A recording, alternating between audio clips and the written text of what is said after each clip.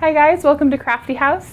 Today we're going to be learning this beautiful broomstick lace stitch, and I've made a cowl here with it, but I'm just going to show you the basics and get you started. It's just a 2-row repeating pattern, and I remember when I first saw this stitch, I was just starting to learn how to crochet and I fell in love with it, but I thought it was too complicated for me to learn. And after I did it for this video, I can tell you that it's really easy and you really just need to know how to single crochet. Anyone can do this.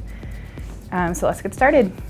So the key to getting this broomstick lace is by I used a US 50 knitting needle. If you have a gigantic crochet hook, it would be the same thing.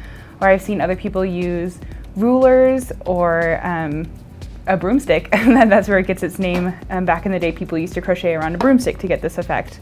So I'll show you how to do it, and I'll work a couple rows with you so you can get the hang of it. All right, so we'll start off with our slip knot here.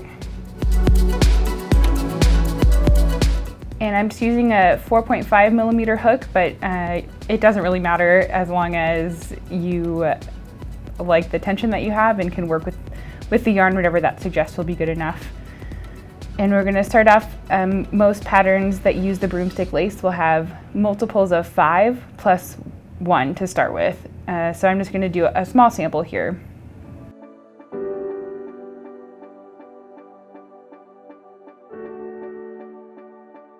That'll be my little sample, and I'm going to turn it over and just single crochet all the way to the end.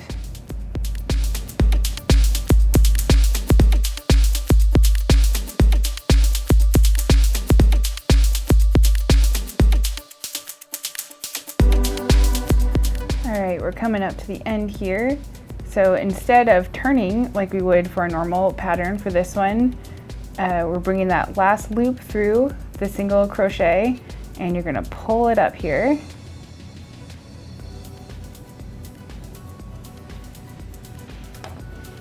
And this is the first of the repeating rows that we'll do. And all of these stitches are going to be pulled up and wrapped around whatever object you use. I'm using this large knitting needle. So I'll show you how to do that. We're just going through the V like you would any stitch you would do in crochet, pulling up a really big loop and just putting it over. So you'll do that for all the stitches down the row.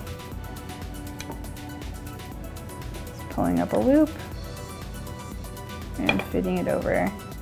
It can be kind of tricky to get used to holding all the things in your hand. I found when I was working on this at home, it was easier to kind of put it all in my lap and just have it all there, or maybe stick the needle down in the couch or something like that to keep it in place. But whatever works for you, the more you work with it, the easier it gets. I'm just going to keep doing this across the row here.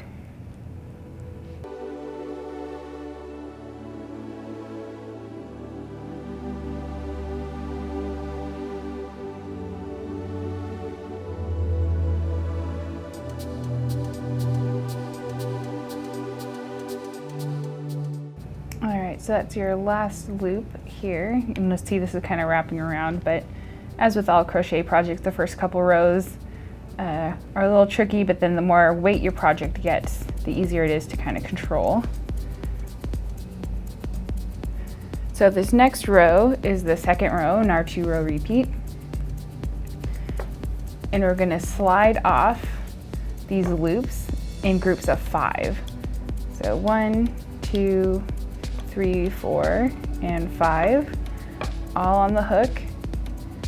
And you'll do, at the beginning of each row, you'll do a chain into that, and then you'll crochet 5 single crochets right in the middle of all those loops. So there's 1, 2, 3, 4, and 5, and we'll slide off 5 more. 1, 2, 3, 4, 5, and then 5 single crochets right into the middle of all those loops. 1, 2,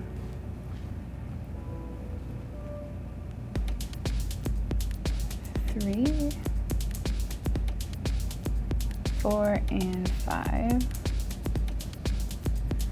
The more comfortable you get with this pattern, I found that I like to slip all of them off and give the huge needle a break for a second. But do be careful because these loops are connected, so if you pull really hard on one, they will kind of come out, but they're pretty durable. So I just found it easier to work with. So 1, 2, 3, 4, and 5. Pull up a loop, and 5 crochets in the middle.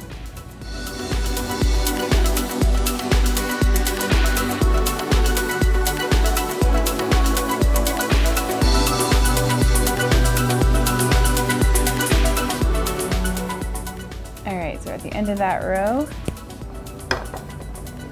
and just like before, we're not going to turn it, we're just going to pull up a loop and start again.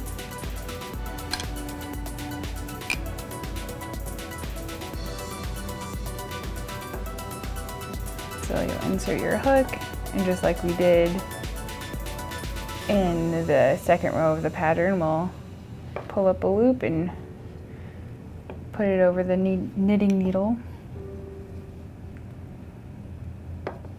And you'll do that for all the single crochets of that previous row.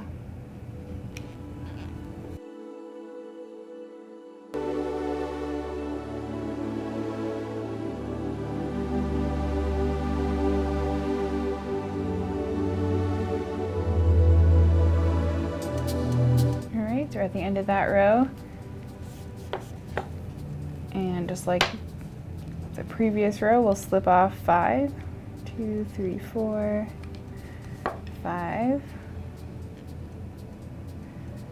and start first with the chain,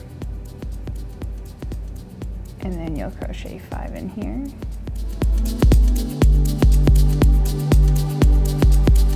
I'll go ahead and slip these off.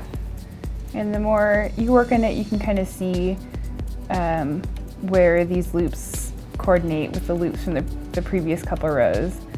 2, 3, 4, 5. So you see these 5 match up with this one, so it gets easier. You don't have to necessarily count every time. You'll get a feel for where they're at, and can just work it a lot easier.